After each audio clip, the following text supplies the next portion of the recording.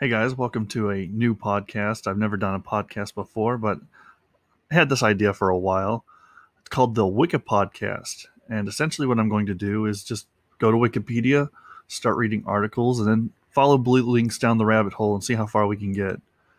I think that this podcast is probably best for people who are concentrating on something else and just want a little bit of background noise. Maybe you want to learn something kind of subconsciously, or for those who've fallen asleep. I don't plan to get very loud and boisterous in this one. Kind of keep it low tone and low energy, without being boring, hopefully. So I'm going to start with a topic that I've really always enjoyed: ancient Egypt. Ancient Egypt was a civilization of ancient North Africa, concentrated along the lower reaches of the Nile River in the place that is now the country of Egypt. Ancient Egyptian civilization followed prehistoric Egypt and coalesced around 3100 BC, according to conventional Egyptian chronology. With the political unification of Upper and Lower Egypt under Menes, often identified with Narmer, the history of ancient Egypt occurred as a series of stable kingdoms, separated by periods of relative instability, known as the Intermediate Periods. The Old Kingdom of the Early Bronze Age, the Middle Kingdom of the Middle Bronze Age, and the New Kingdom of the Late Bronze Age. Egypt reached the pinnacle of its power in the New Kingdom, ruling much of Nubia and a sizable portion of the Near East, after which it entered a period of slow decline. During the course of its history, Egypt was invaded or conquered by a number of foreign powers, including Hyksos, the Libyans, the Nubians, the Assyrians, the Achaemenid Persians, and the Macedonians under the command of Alexander the Great. I'm going to apologize. Some of these I'm going to butcher, but it's okay. We're kind of learning together. Let's look at the Old Kingdom. That kind of intrigues me. How did the Old Kingdom form? The Old Kingdom, in ancient Egyptian history, is the period in the third millennium, 2686 to 2181 BC, also known as the Age of the Pyramids or Age of the Pyramid Builders, as it includes the Great Fourth Dynasty, where King Sneferu perfected the art of pyramid building, and the pyramids of Giza were constructed under the kings Khufu, Khafre, and Menkaure. Egypt attained its first continuous peak of civilization, the first of three so-called kingdom periods, which marked the high points of civilization in the lower Nile Valley. The term itself was coined by the 18th century historians, and the distinction between the Old Kingdom and the early dynastic period is not one which would have been recognized by ancient Egyptians. Not only was the last king of the early dynastic period related to the first two kings of the Old Kingdom, but the capital, the royal residence, remained at Eneb-Hedi, the ancient Egyptian name for Memphis. The basic justification for a separation between the two periods is the revolutionary change in architecture accompanied by the effects on Egyptian society and the economy of large-scale building projects. So let's look up King Sneferu, the king during the Fourth Dynasty who perfected the art of pyramid building. Sneferu, well known under his Hellenized name Soris, was the founding monarch of the Fourth Dynasty during the Old Kingdom.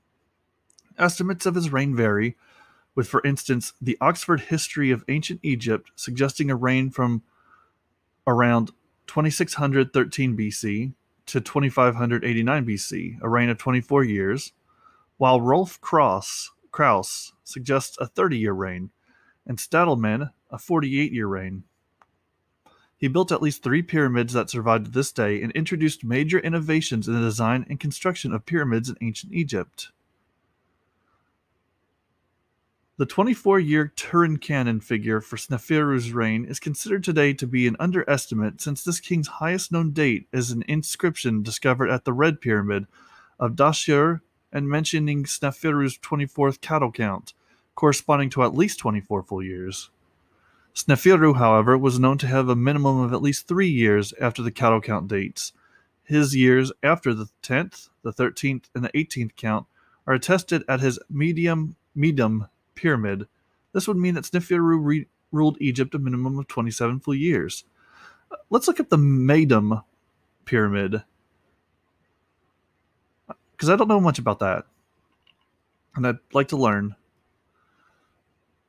Maydum, or Maydum, is an archaeological site in Lower Egypt. It contains a large pyramid and several mud brick mastabas. The area is located around 62 miles south of modern Cairo. The pyramid at Maydum is thought to be just the second pyramid built after Djoser's, and may have been originally built for Huni, the last pharaoh of the Third Dynasty, and was continued by Sneferu. The architect was a successor to the famous Imhotep, the inventor of the stone-built pyramid. The collapse of the pyramid is likely due to the modifications made to Imhotep's pyramid design, as well as the decisions taken twice during construction to extend the pyramid. Because of its unusual appearance, the pyramid is called El Haram El Kadab, pseudo-pyramid, in Egyptian Arabic. The second extension turned the original step pyramid design into a true pyramid by filling in the steps with limestone encasing. While this approach is consistent with the design of the other true pyramids, Maydum was affected by construction errors. Firstly, the outer layer was founded on sand and not rock, like the inner layers. Secondly, the inner step pyramids had been designed as the final stage. Thus, the outer surface was polished and platforms of the steps were not horizontal, but fell off to the outside. This severely compromised the stability and is likely to have caused the collapse of the Maydum pyramid in a downpour while the building was still under construction. Let's go back up and look up Imhotep, because I've often heard that name, and I don't know much about the guy. So let's follow this breadcrumb trail. Imhotep, the one who comes in peace, was an Egyptian chancellor to the pharaoh Djoser. Now, I'm, again, going to butcher some of these pronunciations because Egyptian characters tend to string a lot of consonants together. And as an English speaker, I'm not too familiar with that. But hopefully, again, I'll learn. So anyway, he was an Egyptian chancellor to the pharaoh Djoser, probable architect of the step pyramid, and a high priest of the sun god Ra at Heliopolis. Very little is known of Imhotep as a historical figure, but in the 3,000 years following his death, he was gradually glorified and deified. Today, outside the Egyptological community, he is referred to as a polymath, poet, judge, engineer, magician, scribe, astronomer, astrologer, and especially a physician. These claims are founded on the legends that flourished in the millennia after his death, not on historical records. No text from his lifetime mentions these capacities, and no text mentions his name in the first 1,200 years following his death. Apart from the 3 short contemporary inscriptions that establish him as a chancellor of the pharaoh, the first text to reference Imhotep dates to the time of Amenhotep III, 1391 to 1353 BC. It is addressed to the owner of a tomb and reads, "The Wab priest may give offerings to your Ka. The Wab priest may stretch to you their arms with libations on the soil, as it is done for Imhotep with the remains of the water bowl." It appears that this libation to Imhotep was done regularly, as they are attested on papyruses associated to statues of Imhotep until the late period, which took place during 664 to 332 BC. To Wildung, this cult holds its origin in the slow evolution of the memory of Imhotep among intellectuals from his death onwards. To Alan Gardner, this cult is so distinct from the offerings usually made to commoners that the epithet of demigod is likely justified to describe the way Imhotep was venerated in the New Kingdom. So it sounds like that this Imhotep guy, rather than being an actual pharaoh, was instead just a priest whose memory and legacy kind of took on a greater and greater significance as time went on. And he was just a simpler chancellor to this Djoser guy. Let's look that up. Let's look up Djoser, because if he took place in the Old Kingdom, I wonder why Imhotep's memory survived and Djoser's really didn't hold as much weight over time. See? Djoser, also read as Jesser and Zoser, so I'm going to start pronouncing it Jesser, was an ancient Egyptian pharaoh of the Third Dynasty during the Old Kingdom and the founder of this epoch.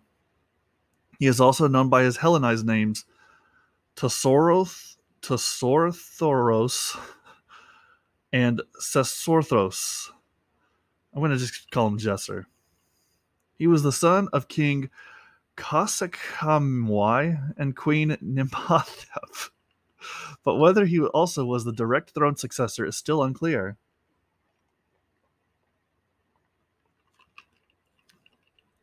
Most Ramesside king lists name a king Nebka before him, but since there are still difficulties in connecting that name with contemporary Horus names, some Egyptologists question the received throne sequence. Let's look up Horus names. I'm aware that it's kind of a name given to pharaohs, but I don't know much about them, so let's look them up. The Horus name is the oldest known and used crest of ancient Egyptian rulers. It belongs to the Great Five Names of an Egyptian pharaoh. However, modern Egyptologists and linguists are starting to prefer the more neutral term, the Serach name. This is because not every pharaoh had placed the falcon, which symbolizes the deity Horus, atop his, or in some cases her, Serach. Okay, so a lot of these names included the falcon. As we know that Egyptians like to use pictographs, the hieroglyphs, and it seems that many of them chose to deify Horus. The picture of the Horus name is made of two basic elements. A sitting or walking figure of a certain deity holds a rectangular ornamental vignette imitating the floor plan of a palace facade and the royal courtyard. The rectangular vignette is called the Serach, after the Egyptian word for facade. There are countless variations of the facade decor in the Serach. The complexity and detail of the facade decor varied remarkably depending on the object on which it was present. It seems that no strict artistic rules for the design of the Serach itself existed. The name of the pharaoh was written inside the free space that represented the royal courtyard. Now see, that's interesting. It seems that the Horus name, included the blueprints of that Egyptian pharaoh's palace. And many of the palaces, which included courtyards, empty spaces, would then have their name written in that space. Now that's interesting, and I never knew that. Let's look up Horus, because if many of these Egyptian pharaohs chose to deify him in their name, he must certainly be quite a relevant character. Now I know that many of us have heard of him, but let's find out a little bit more about this Horus character. Horus is one of the most significant ancient Egyptian deities. He was worshipped from at least the late prehistoric Egypt until the Ptolemaic Kingdom and Roman Egypt. Different forms of Horus are recorded in history, and these are treated as distinct gods by Egyptologists. These various forms may possibly be different perceptions of the same multi-layered deity, in which certain attributes or syncretic relationships are emphasized, not necessarily in opposition, but complementary to one another, consistent with how the ancient Egyptians viewed the multiple facets of reality. Now see, that's interesting, that the character Horus evolved over time to the point that some Egyptologists consider him to be a different deity depending on which era is being studied. That's pretty intriguing. It's not unexpected, but it's pretty neat that that's how it's studied. He was often depicted as a falcon, most likely a lanner falcon or peregrine falcon, or as a man with a falcon head. The earliest recorded form of Horus is the tutelary deity of Nekhen in Upper Egypt, who is the first known national god, specifically related to the ruling pharaoh who in the time came to be regarded as the manifestation of Horus in life and Osiris in death. Okay, so it seems that the pharaoh was Horus when he was alive, or she, and in death he or she became Osiris. The most commonly encountered family relationships describe Horus as the son of Isis and Osiris, and he plays a key role in the Osiris myth as Osiris's heir and the rival to Set, the murderer of Osiris. In another tradition, Hathor is regarded as his mother and sometimes as his wife. Horus served many functions, most notably being a god of kingship and the sky. Let's look up the Nekhen. Nekhen was the religious and political capital of Upper Egypt at the end of the prehistoric Egypt. and probably also during the early dynastic period from 3100 to 2686 BC. Some authors suggest occupation dates that should begin thousands of years earlier. The oldest known tomb with the painting decoration on its plastered walls is located in Nekhen and is thought to date to around 3500 to 3200 BC. It shares distinctive imagery with artifacts from the Gerzin culture. Let's look up the Gerza culture. Gerza was a prehistoric Egyptian cemetery located along the west bank of the Nile. Pardon me. The necropolis is named after El Gerza, the nearby present-day town in Egypt. Gerza is situated only several miles due east of the oasis of Fayum. The Gerza culture is a material culture identified by archaeologists. It is the second of three phases of the prehistoric Nagada cultures, and so is also known as Nakada II. The Gerza culture was preceded by the Amratian culture and followed by the Naquada III culture. Well, since I'm already having trouble with these names, let's go to the Amratian culture, because I think that that's probably the one I'm best and most likely to pronounce. Also, I think it's something intriguing to follow these cultures to their earliest point and just see how far we've come. The Amratian culture was a culture of prehistoric Upper Egypt and lasted from approximately 4000 to 3500 BC. Culture is named after the archaeological site of El Amra, located around 120 kilometers south of Badari in Upper Egypt. El Amra was the first site where this culture group was found without being mingled with the later Gezra culture. However, this period is better attested at the Nagada site.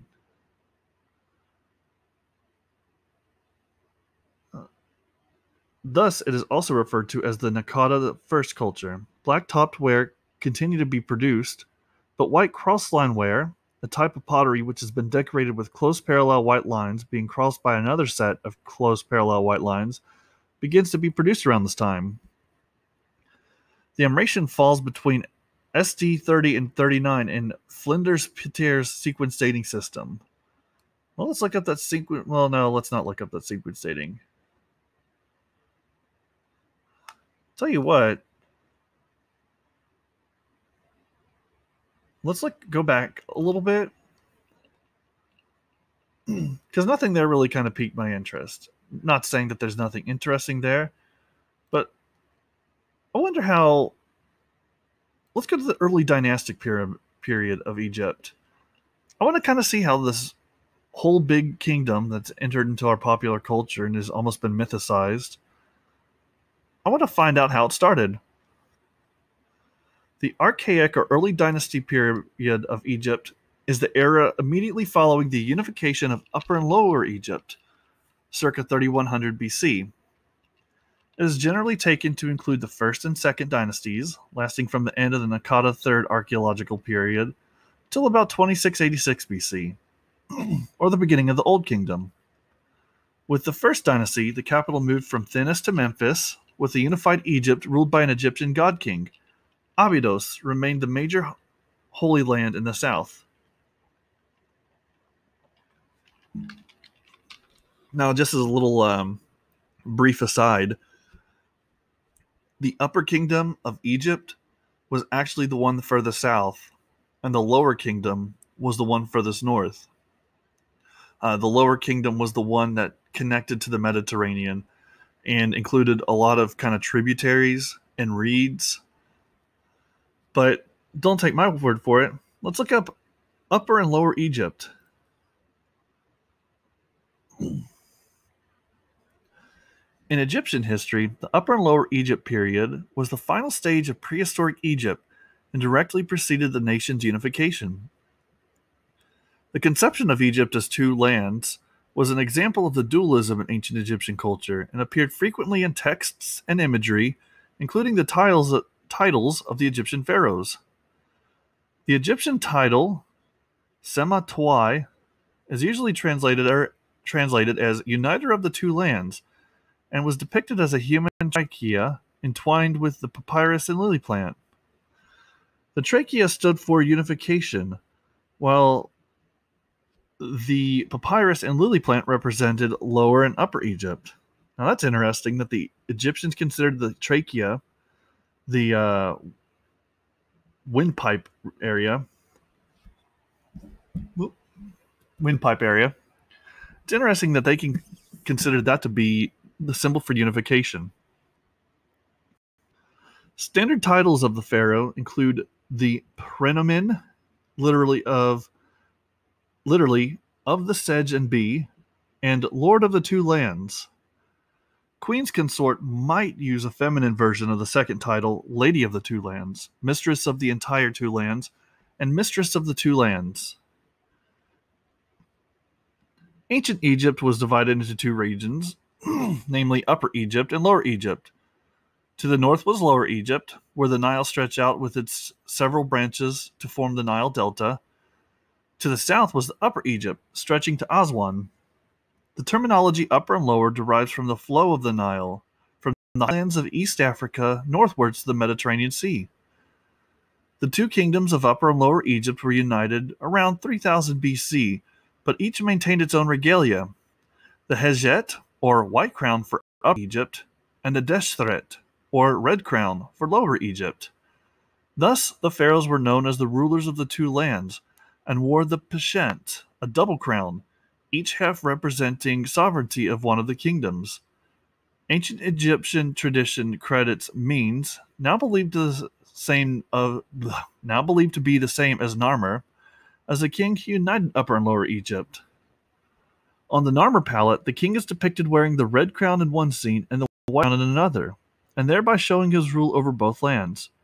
Now let's look up this Narmer character. Someone who can unite two kingdoms and create one of the most advanced and amazing civilizations in history, that's a man worthy of study.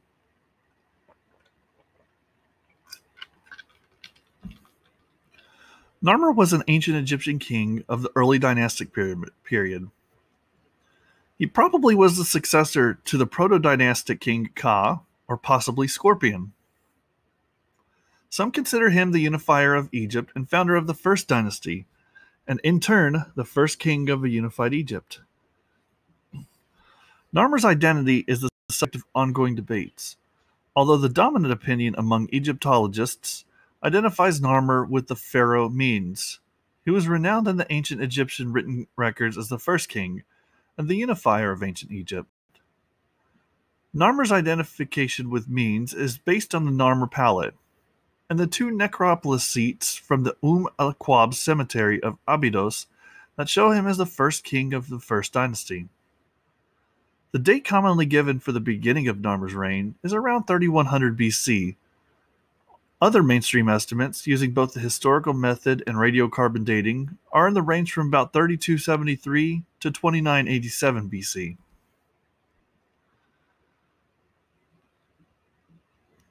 Let's look up the el-Quab cemetery, which is where some of this information was gathered. el-Quab is the necropolis of the early dynastic kings at Abydos in Egypt. Its modern name means Mother of Pots, as the whole area is littered with broken pot shards of offerings made in earlier times.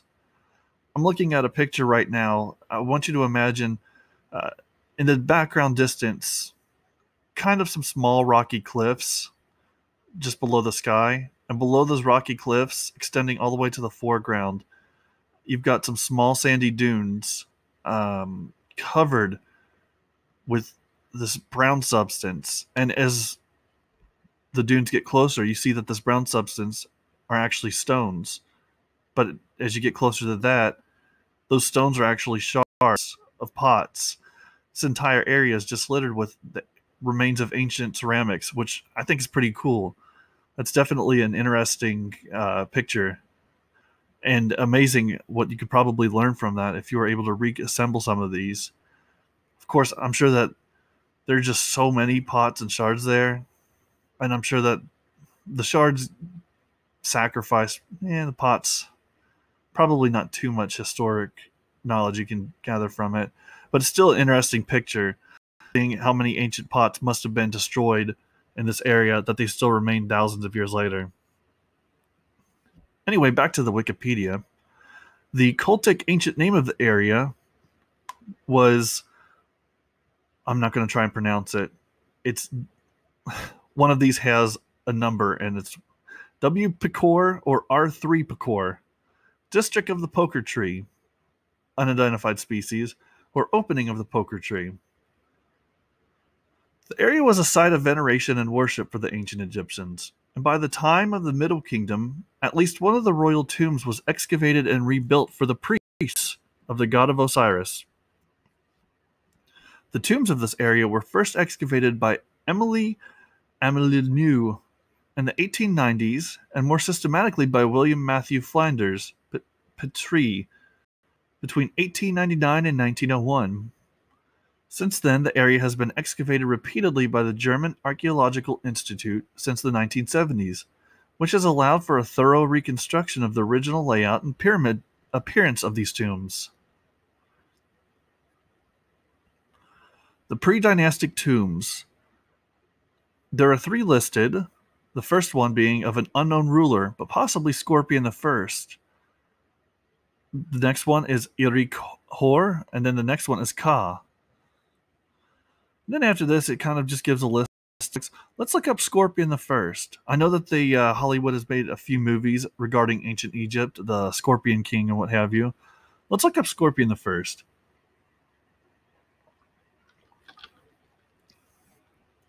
Scorpion I was the first of 2 rulers of Upper Egypt during Naqada III.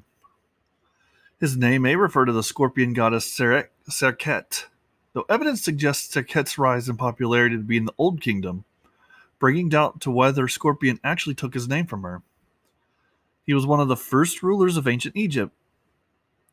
Scorpion is believed to have lived in Thinis, 1 or 2 centuries before the rule of the better-known Scorpion II of Nekhen, and is presumably the first true king of Upper Egypt. To him belongs the huge tomb found in the royal cemetery of Abydos, where Thinite kings were buried. The previous el-Quad cemetery that we just read.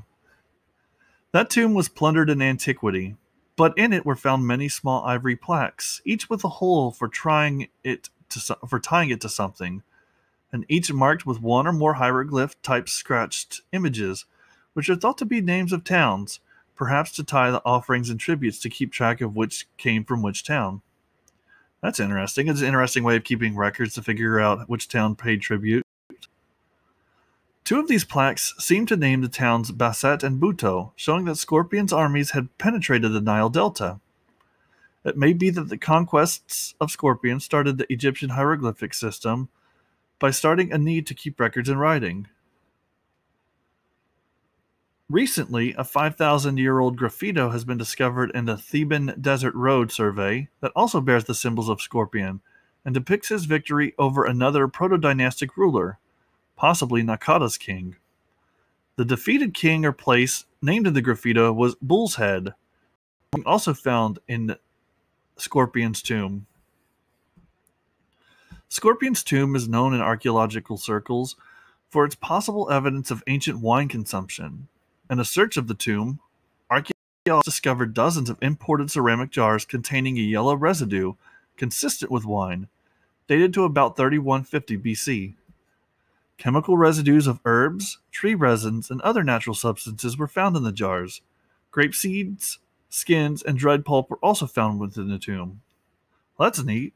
I mean, it's not unexpected that ancient rulers would indulge in wine, but it's kind of neat that we have the evidence for it. Let's see. There was something that caught my eye up here. Let's look up the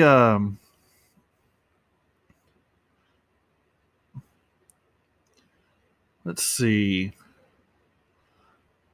I'm kind of split between what I want to look up. Let's look up the hieroglyph. Let's see. Well, no, that's I kind of want to see the hieroglyph's origin. Let's look up the hieroglyph's origin. Or no, yeah, let's do that. It's all right, kind of. Oops. breakaway. Hieroglyph origin. Well, if I could spell it right. You know what? And that let's just click on the blue links. Let's stay true to what I said at the beginning of this. I've already started a tradition for this podcast, and by God, let's continue that tradition. I can't break a tradition 30 minutes in. Let's look up Scorpion II, who seemingly popularized the name more so than his predecessor, the Scorpion I.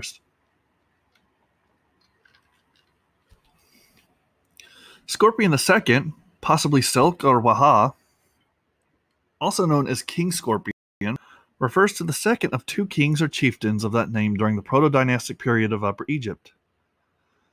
His name and title are of great dispute in modern Egyptology. His name is often introduced by a 6 or 7-leafed gold rosette or flower sign. This emblem can be found on numerous objects from Dynasty 0 and Dynasty 1. It vanishes until the end of the Third Dynasty, when it reappears under high-ranked officials, such as Kabawa Soccer and Kitty. Those are 100% correct pronunciations, by the way.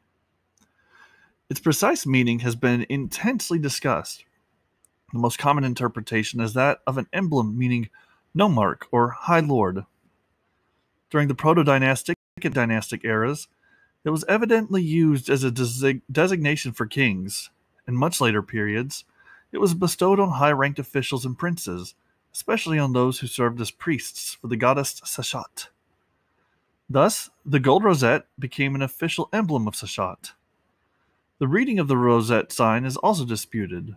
Most linguists and Egyptologists read it Neb for lord or Nesu for king, and they are convinced that the gold rosette was some kind of forerunner to the later Serech.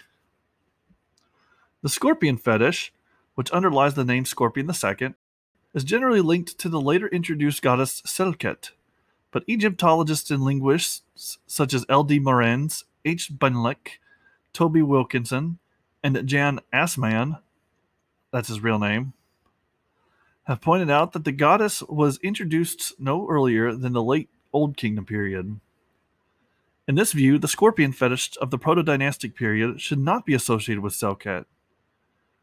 Morenz points out that, in cases where a fetish animal is included in a ruler's name, the animal generally has a different, rather cultic and meaning. The scorpion animal commonly stood for dangerous things, such as poison and illness, but could also mean bad breath. In military contexts, storm and attack, hail whiff. Since it's unclear what the actual meaning was reserved for, the Serech animal of Scorpion II, scholars usually refer to him as King Scorpion II. That's interesting that the animals took on kind of a different meaning. It's not unexpected. We use all sorts of animal illusions in our world, like eat as much as a cow, or curious cat. So we tie certain attributes to animals. It seems they did too. I think it's funny that the scorpion could also mean bad breath. It's hard for me to imagine that such a powerful ruler would have purposely chosen to represent himself with the adjective bad breath, but different times, who knows? Some people might.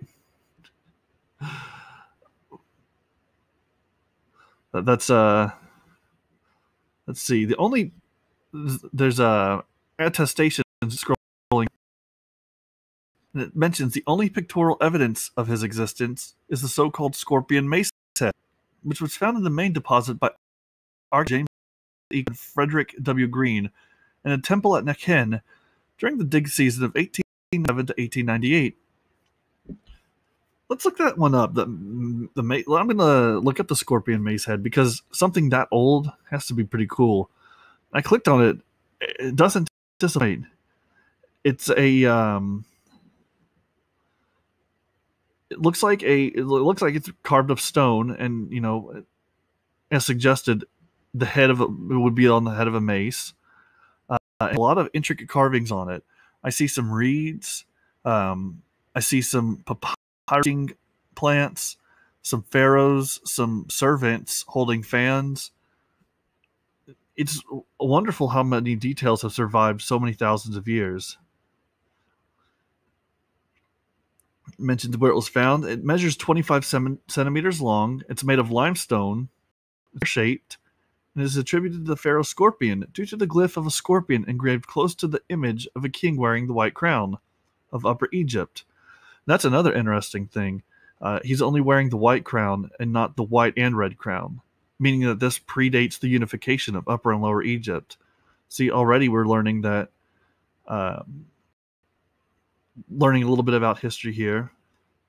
A second, smaller mace head fragment showing Scorpion wearing the red crown of Lower Egypt is referred to the minor Scorpion mace head.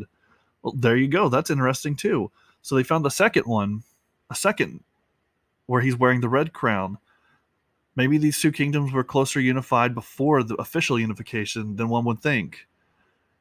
They had maybe a lot more in common, and maybe they shared leaders, or maybe one leader took over in a coup. I think I looked it up once. I don't think that there's any evidence. No one knows how they unified, whether it was a peaceful transition where the cultures kind of eventually merged via trade, but knowing conquest of humans, it was probably a little bit more bloody than one would hope. The ancient Egyptian depiction obeyed a number of conventions.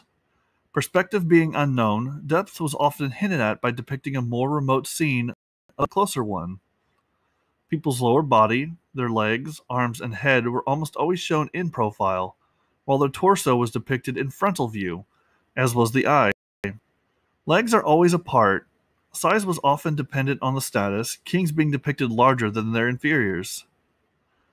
On the mace head, the king sporting a bull's tail is standing by a body of water, probably a canal, holding a hoe. He is wearing the white crown of Upper Egypt and is followed by two fan bearers. A scorpion and a rosette are depicted close to his head. He is facing a man holding a basket and men holding standards. A number of men busy along the banks of the canal. In the rear of the king's retinue are some plants, a group of women clapping their hands, and a small group of people, all of them facing away from the king. In the top register, there is a row of gnome standards. A bird is dangling from each of them, strung up by his neck. It's amazing that such simple artwork that the Egyptians created could depict scenes that just titillate the imagination so well as they do. Like the Egyptians, they had objectively simplistic artwork. They didn't have any real concept of perspective, and they depicted their drawings with their bodies and the shapes lacked some anatomy that even basic high schoolers might understand. But at the same time, just trying to imagine the scene, imagining the King Scorpion approaching a man with a basket, like what must it have been like? Imagine going back in time and just viewing the scene, this great leader. What was happening that was worthy of commemorating it on the stone mace head? Something that was so intricately carved by an obvious artisan, and that has survived thousands of years. It's fun imagining that this event, whatever it may be, was so important that they felt it was worthy of being captured and transferred down the ages. Regarding the scorpion mace head, little is left of this mace head in its imagery. A king wearing the red crown of Lower Egypt, sitting on a throne below a canopy, holding a flail, is shown. Beside his head, images of a scorpion and a rosette. Facing him is a falcon, who may be holding an end of rope in one of his claws, a motif also present on the Narmer palette. Let's look up the Narmer palette. As we've already read, that Narmer was one of the early leaders, and was sometimes treated as the unifier associated with means. Let's look him up really quick.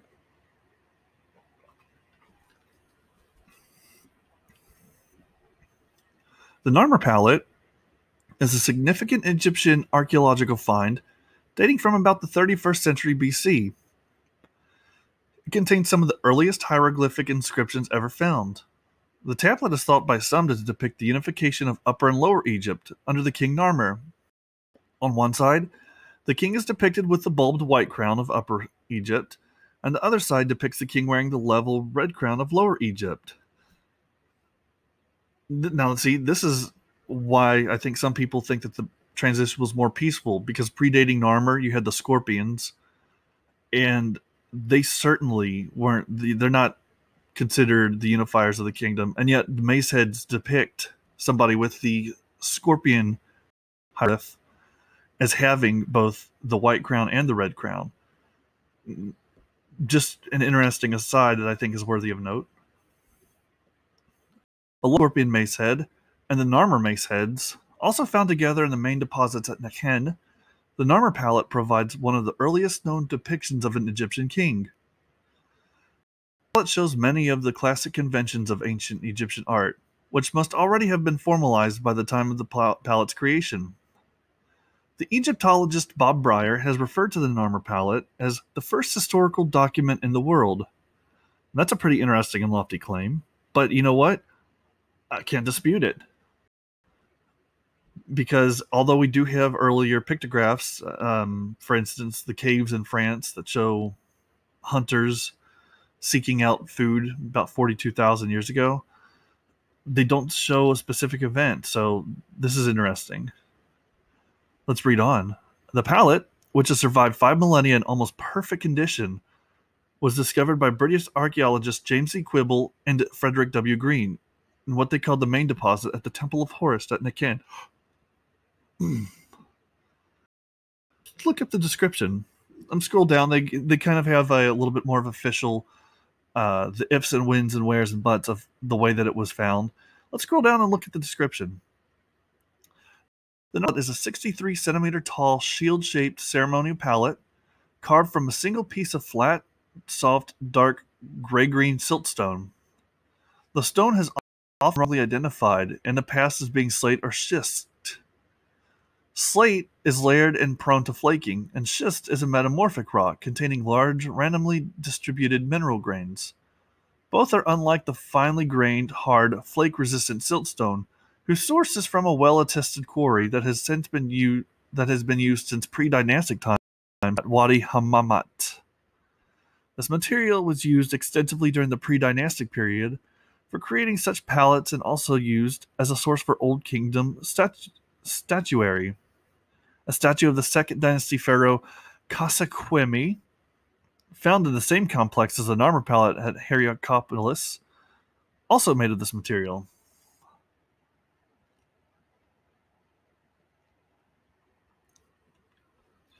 Both sides of the palette are decorated, carved in raised relief.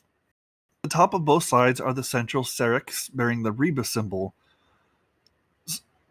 one symbol being NR, representing a catfish, and MR, a chisel.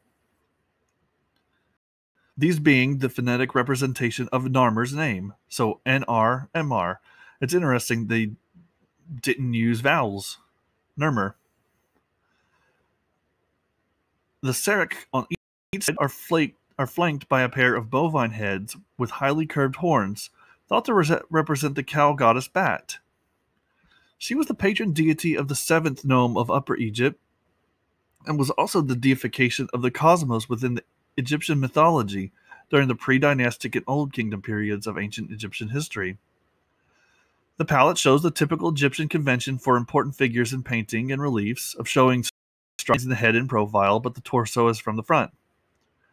The canon of body proportion based on the fist measured across the knuckles, with 18 fists from the ground to the hairline on the forehead, is also already established. Both conventions remained in use until at least the conquest by Alexander the Great some 3,000 years later. That's just baffling to me. I know that Egypt wasn't a single culture, but it was rather a string of successful cultures, one building on the next. But the fact that this string began 3,000 years from the unification of the two kingdoms till Alexander the Great conquered them. And what's amazing is Alexander the Great, by our standards, is considered ancient. So he conquered an ancient kingdom. It's Egypt is like an ancient times ancient. It's ancient squared, and that's just fascinating. On the opposite side, two human-faced bovine heads, thought to represent the patron goddess Bat, flank the Syrinx. The goddess Bat is, as she often was, shown in portrait rather than in profile, as is traditional in Egyptian relief carving. Hathor, who shared many of Bat's characteristics, is often depicted in a similar manner. Some authors suggest that the images represent the vigor of the king as a pair of bulls. Ladies. A large picture of the center of the palette depicts Narmer wielding a mace, wearing the white crown of Upper Egypt, whose symbol was the flowering lotus. On the left, the king is a man bearing the king's sandals, once again flanked by a rosette symbol.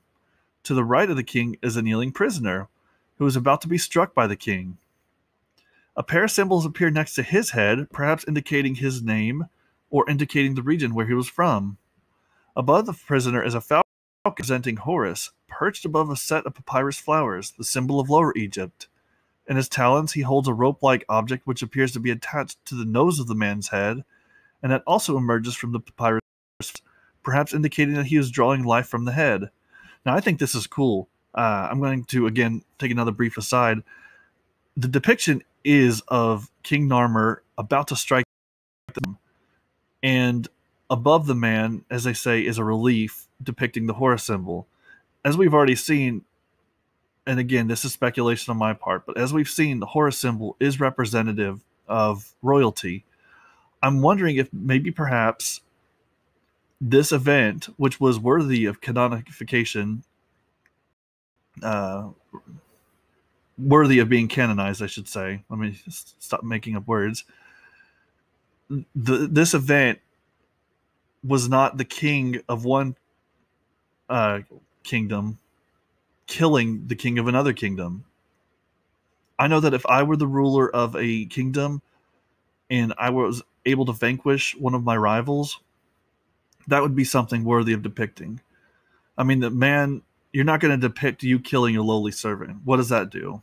It doesn't show you much power. But if you're there killing somebody of high status, and that death represents maybe the unification of a kingdom, now that's something else entirely.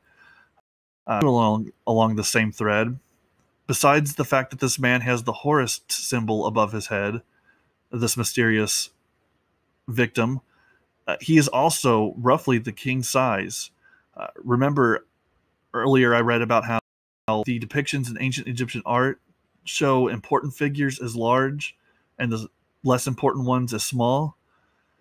The king and his victim are roughly the same size, even though his victim is kneeling on the ground, about to be presumably killed. And in fact, there are small people in the foreground, closer, and in the background. So, even though I'm no Egyptologist, I'm wondering if perhaps maybe that this soon-to-be executed prisoner wasn't himself some very important general ruler, maybe, because of his size and the Horus symbol.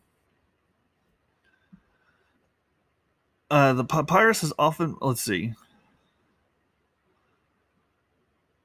The papyrus has also often been interpreted as referring to the marshes of the Nile Delta region in Lower Egypt, or that the battle happened in a marsh, or even that each papyrus flower represents the number 1,000, indicating that 6,000 enemies were subdued in battle.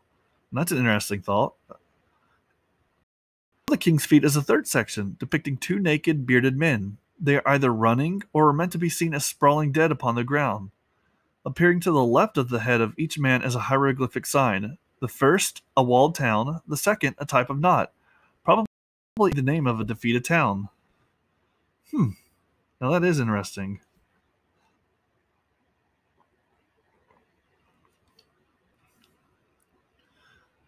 The verso side, below the bovine heads, is what appears to be a procession.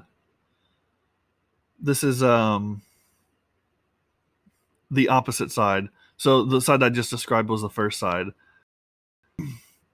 The second side has a pair of bovine heads in what appears to be a procession.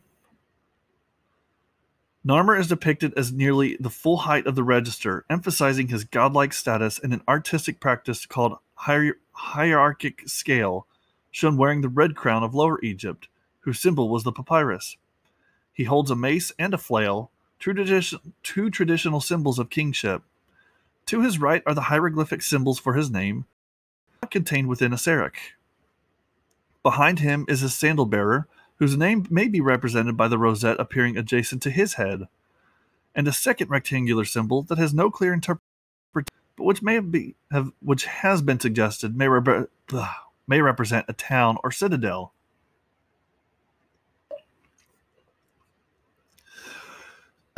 In front of the pharaoh is a long-haired man, accompanied by a pair of hieroglyphs that may have been interpreted as his name, Tishet. This assumes that these symbols had the same phonetic value used in later hieroglyphic writing. So perhaps his name was completely different. Hieroglyphs remained the same, just like how Ye Olde English used similar letters to the ones we have today, but different phonetic sounds. Before this man are 4 standard bearers, holding aloft an animal skin, a dog, and 2 falcons. At the far right of the scene are 10 decapitated corpses, with heads at their feet, possibly symbolizing the victims of Narmer's conquest. Above them are the symbols for a ship, a falcon, and a harpoon, which has been interpreted as representing the names of towns that were conquered. Goodness. Below the procession, 2 men are holding ropes tied to the outstretched, intertwined necks of 2 ceropodpards, which is apparently a mythological Egypt, and is the combination of a serpent and a leopard. So imagine a leopard, but with a really, really long neck.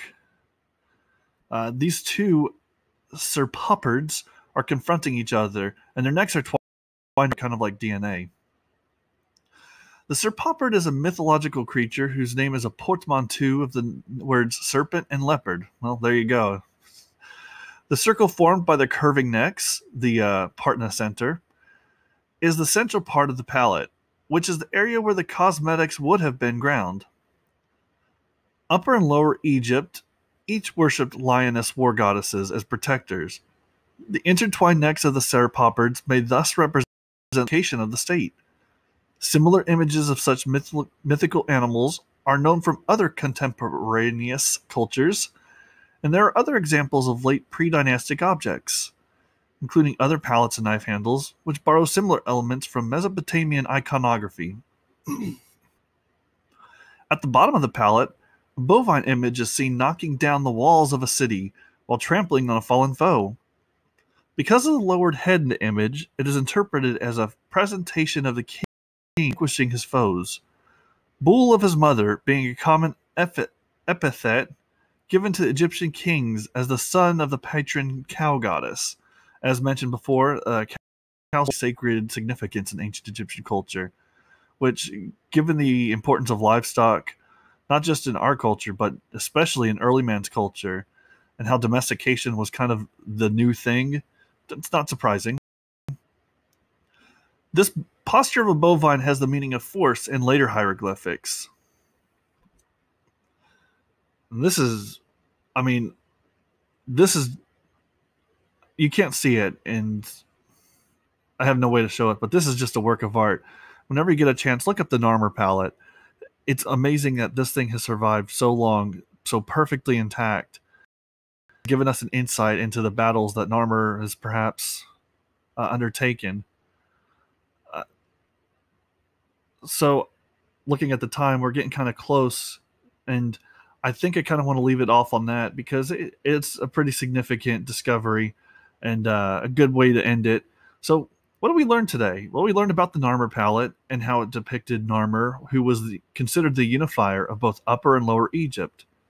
We learned that Upper Egypt is actually the one in the south, and that Lower Egypt was the one in the north, and that these names arose from the way that the water in the Nile flows up toward the Mediterranean from the highlands of Africa. We learned that some of these kings were buried in a graveyard called al-Quad, if I'm pronouncing that correctly, and that many of them had a Horus name, which included a depiction of Horus, but sometimes other animals, representative of a god, and that these animals would be holding essentially a blueprint of their palace layout, with the courtyard reserved for the space of their individual written name.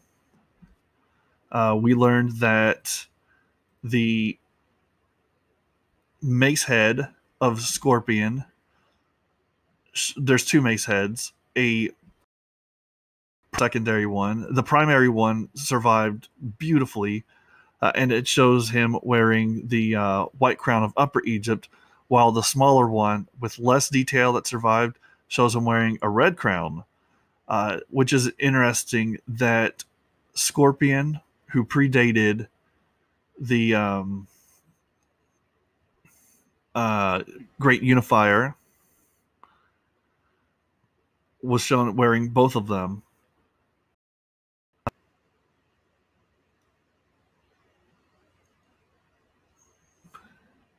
We learned that the rosette flower, which is a 6 or 7 leaved golden flower or rosette, often symbolized royalty.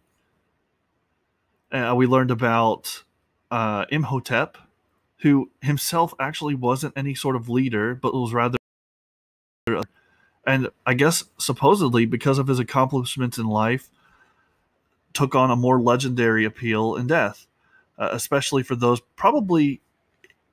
I can't imagine the ancient Egyptians were that much different than us. Yes, they had a different culture, different everything, but at the end of the day, they're still human. And we humans tend to idolize the past with nostalgia, roses. Everyone wants to harken back to the good old days. I have to imagine that in ancient Egypt, you're imagining, you're in the fourth, fifth, sixth, seventh dynasty, and you're not fourth, but you're in a later dynasty, and you're looking back at these massive pyramids that have survived the ages. You're working and toiling in their shadow, and they're just spectacular. You have to imagine that these great feats of engineering had to have taken on a legendary status.